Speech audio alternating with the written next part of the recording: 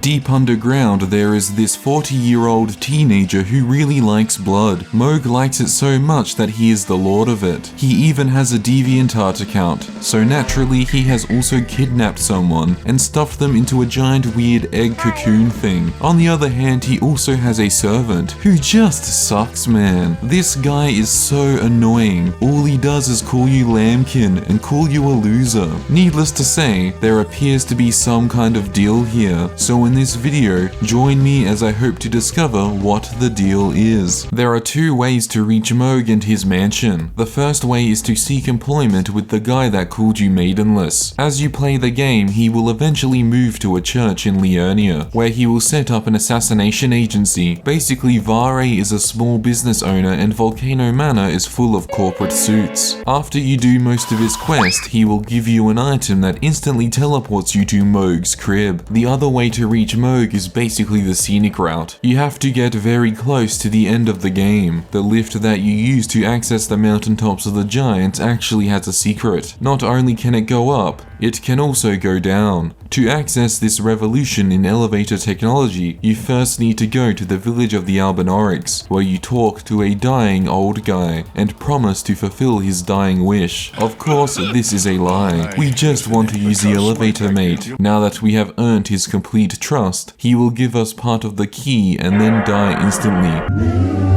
The other half can be found in the mountaintops of the giants in Castle Sol, guarded by a guy called Commander Nile. If you read the description of the weapon he drops, he freed a group of imprisoned knights and led them as an army of no nation. So we basically just fought Big Boss, which implies Commander O'Neill in Caelid is actually a body double of Nile, and not just a case of asset reuse. Now we can use this completed medallion to unlock the exotic power of pressing the down button in an elevator. This takes you to a secret area where you can fight your strongest enemy, yourself, but only after fighting your other strongest enemy, invisible walkways. Because the game is Elden Ring, it turns out your mind still has some more internalized strongest enemies that you aren't aware of yet, such as the worst snowstorm you have ever seen, filled with shirtless guys and giant ghosts. This is a core part of the human condition that I'm glad they have addressed. Eventually you will emerge into a space with some petrified trees where one of Mohg's goons will invade you. I mean that in the what's up boss kind of way and not the other way. After all of this, you will have one more threat to contest with, a very extra Albinauric. I'm not clear on the esoteric lingo, but from what I can gather, this one defecates into the mother toilet. After you slay them, we are finally at Mohg's front door. And that's kind of what I like about this zone. You will first see it when you enter Shifra River. It's looming over the entire zone, but it's not clear how you get there. Then later on, when you access the upper area of Shifra River after you defeat Radahn, it's still visible and still inaccessible. It's a secret area visible from a secret area within a secret area. Then in order to actually reach it, you have to go to a separate third secret area which finally lets you access it. It genuinely epitomizes From Software's world design, leading to a great moment when you realize that you have finally reached that area you have been wondering about all game. And on a side note, it's a very From Software thing that the DLC entrance is going to be hidden behind such a long chain of secrets. Just after the first sight of Grace, we come across a tragic sight. My brothers have fallen victim to a tragic blood addiction. It's not even a vampiric thing. They don't imbibe the blood. It's more skincare related. It exfoliates their pores, whatever that means. It turns their skin red and makes them grow horns. This is why using other people's blood in your skincare routine is outlawed in most states in my country. My brothers don't even recognize me. They attack me in a blood curse induced craze, and the ones who haven't fallen victim to the blood curse instead fell victim to Valorant. It's truly a tragic state of being. There is only one way they can be saved now. I realize something now.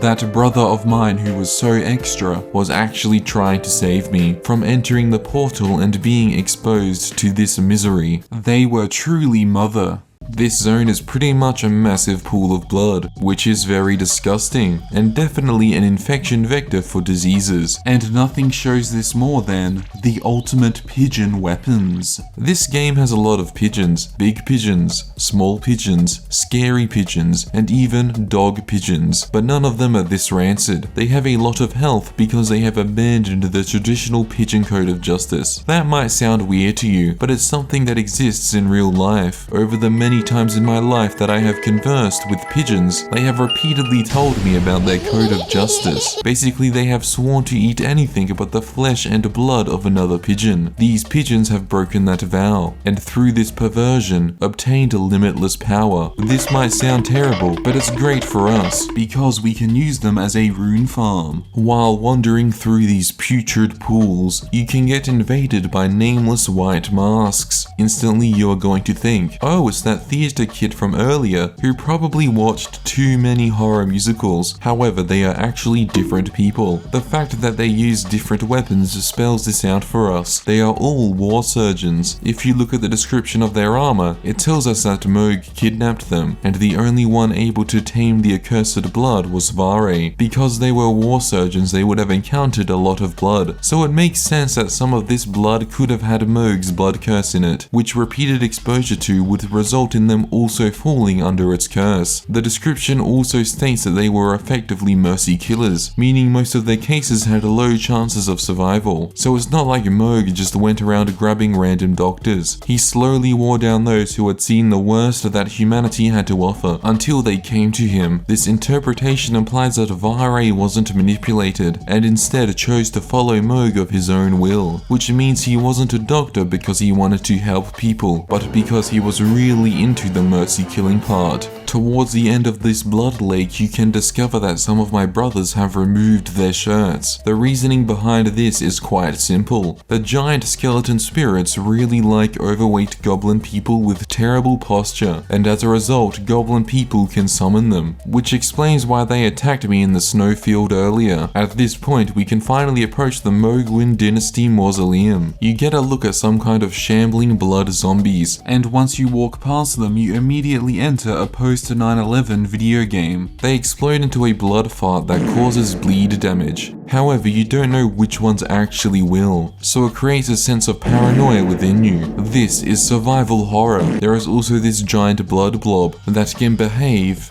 interestingly. At the end of the path is the mausoleum itself. The aforementioned blood fart guys seem to be worshipping it. It's quite dark inside and you'll soon find out why when you get ambushed by the Sanguine nobles. They have quite a unique moveset. For example, they can expel a large amount of bodily fluid, which will slow you down and give you bleed. I think it's best if we don't think too much about how they do this. You might also notice that they have horns, just like my accursed skincare routine enthusiast brothers. It's safe to say that this is a side effect of Mohg's blood curse, which is interesting because it also implies that somehow the omen curse has intermixed with it, which makes his victims just like him, and in a roundabout way, members of his dynasty. The Sanguine nobles are most likely the other members of the Mohgwyn dynasty, because let's be real here, I don't believe for a second Mohg ever managed to have children. That requires getting laid. So instead he inducted certain people into his dynasty through his blood curse, which makes sense because they are literally becoming of his blood. The description of their armor set tells us this, so in a way you could say that they are becoming family guys. This connection is only further strengthened by the nearby presence of Peter Griffin.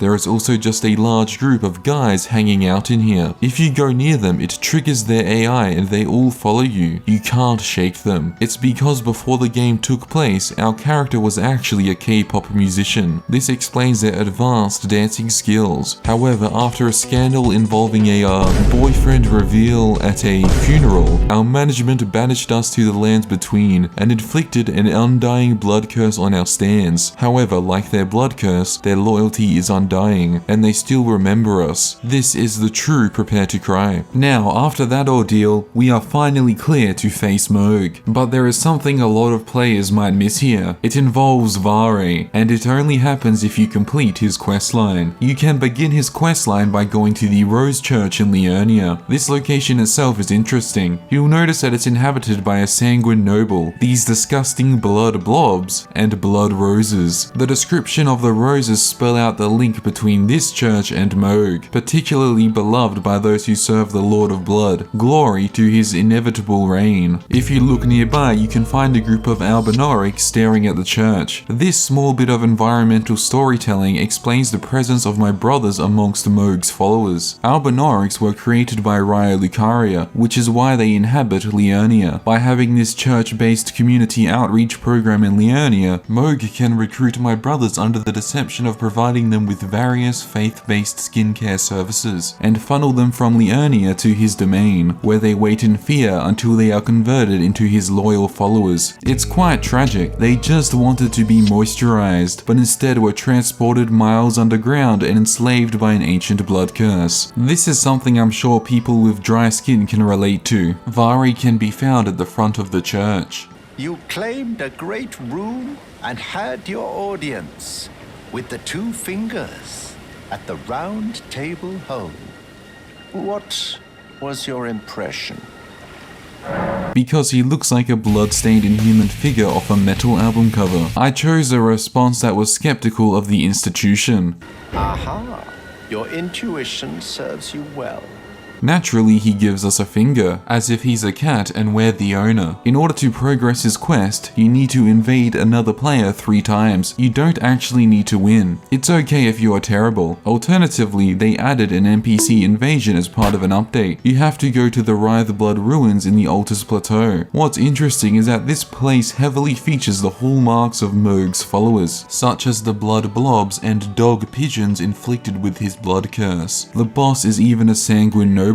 It makes you wonder if this could potentially be a ruin of one of Mohg's community outreach programs. He truly had a soft spot for society's most vulnerable, for those who have the driest skin. You can find Magnus the Beastclaw's summon sign above ground. It's a fairly straightforward fight with him. Like his namesake, he employs some of the beast incantations. Now you can return to Varre. After putting up with him calling you Lambkin again, you can have him anoint you into the Mohgwyn Dynasty. However, first we must soak a piece of cloth with the blood of a maiden. Normally this ritual would involve killing one's own maiden, but since you are maidenless...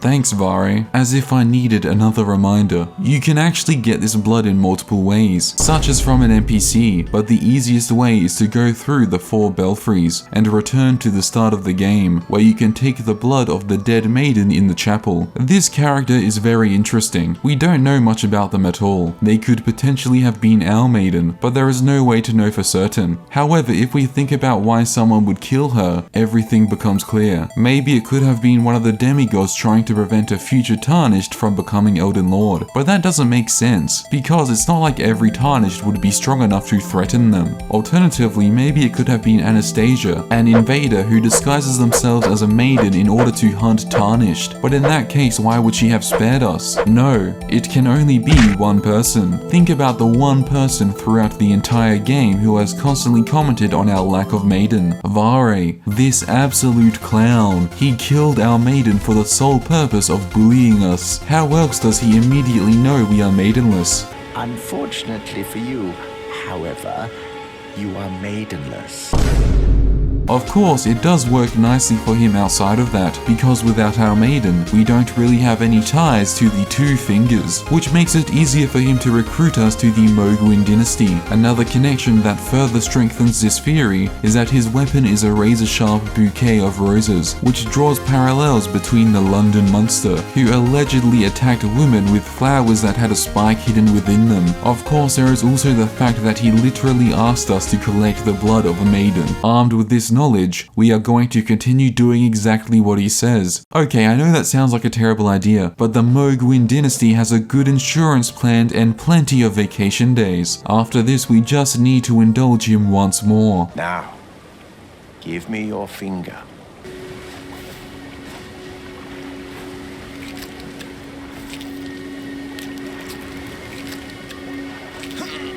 Oh, good heavens.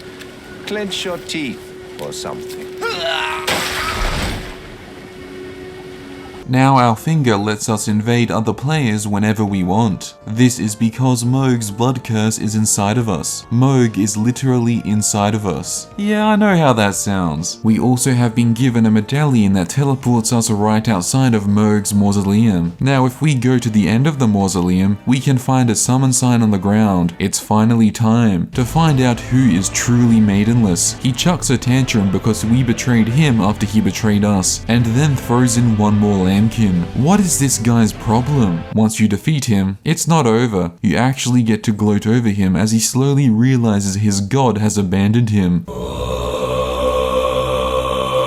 Now after that ordeal, we are finally clear to face Mohg. The first thing you see is this dry, unmoisturized hand. You can hear the crackle of the skin as it falls. Then suddenly this red color moisturizer is expelled from the hand and falls onto the ground. Mohg rises out of it and reveals that the hand belongs to Miquella. You see, Mohg turned himself into sentient red moisturizer in order to revitalize Miquella's dry skin. It's colored red because red makes things go faster. Ergo, the red moisturizer will moisturize faster. That's canon. It's in the lore. A lot of his attacks rely on the innate arcane abilities of his moisturizer. It builds up a bleed which can nuke you if you don't have enough health. The most iconic part of the fight is halfway through. He instantly goes full anime villain and starts counting down to unleashing his restrained power. If you have the power of New Game Plus on your side, you can just heal through the massive amounts of damage he unleashes during it. But if you don't have enough health, you have to go fight this random divorced woman on the other side of the map. Her and Yura used to be in a situationship, but they broke up after he got really into swords for some reason and moved to Japan in order to study the ways of the blade. Arguably it was worth it because he gained the longest sword you have ever seen. Look at that thing. Anyway, after you defeat Eleonora in a battle without honor or humanity, she will drop a red electrolyte tablet that you can dissolve into a glass of water. Drinking it will form a bubble around your body that protects you from Mohg's phase change. This visual effect also stacks with the other visual effects you can use in your flask, so you can end up looking quite warped. His second phase is significantly stronger. He grows black wings because I guess he really liked Sephiroth as a teenager or something. It's interesting because you don't really see this style of angelic wings much throughout From Software's RPGs. They have many fantasy hallmarks like dragons, big swords, and an old guy that you can hang out with while he bangs hammers on things. However, we don't see this wing design often. There are the angel enemies from the Ringed City DLC, but they are more styled after insects. Mohg has feathers on his wings, which draws parallels between birds, more specifically pigeons. This is hard confirmation that Mohg has broken the sacred vow that binds all of pigeon kind and consumed the flesh of another pigeon.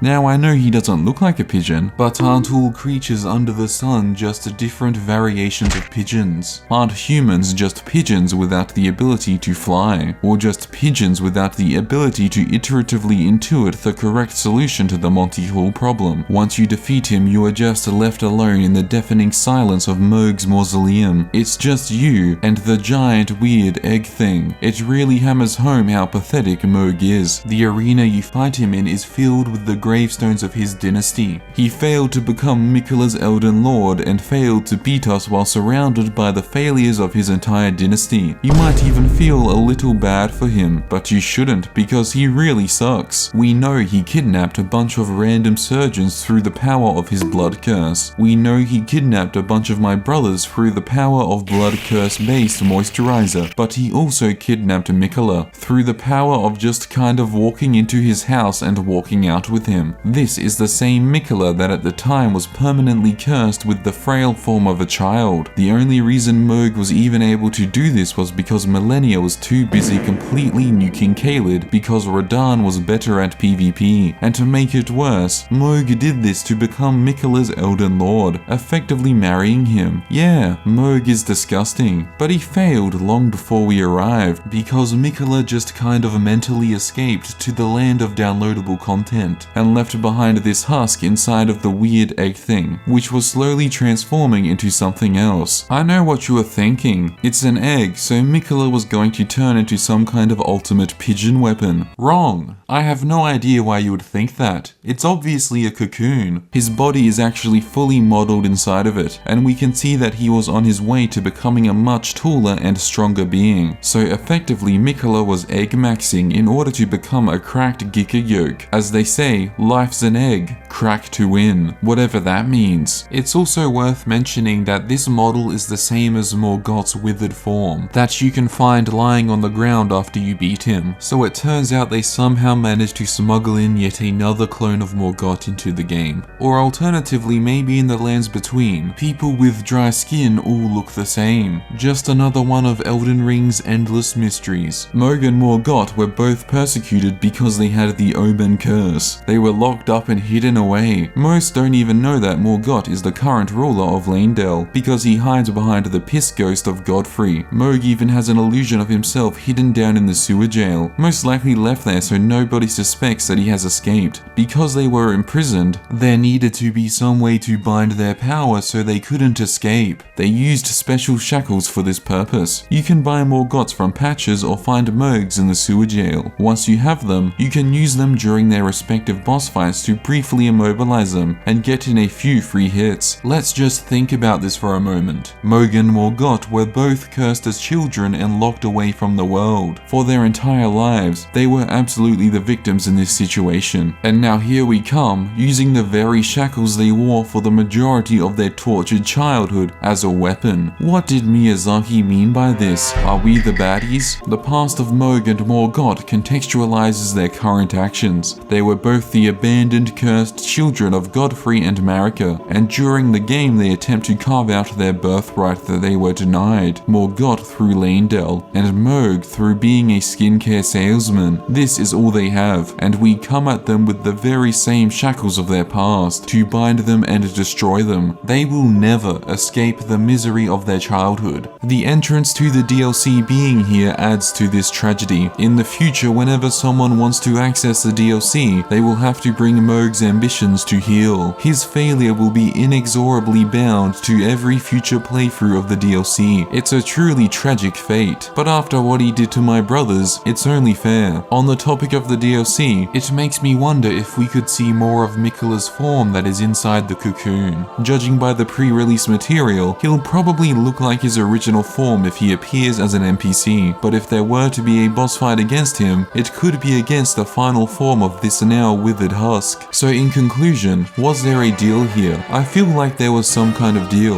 As to what that deal was, maybe it was that this guy sucks. Who does he think he is? Calling me lambkin, calling me maidenless. I'm done with this guy. Look at him. Goofy mask. Robes probably found on the side of the road. He literally uses a bouquet of roses as a weapon. Because blood is red and it stains the roses? Are you serious? Grow up, Varre. He worships Mohg. This clown. He is ugly. He is literally maidenless. He has no friends and has spent most of his life locked away in a room. What else can I say? Losers. Complete losers. Look, word of advice. If you don't want to end up like them, you should subscribe to my channel. It would look great on your resume.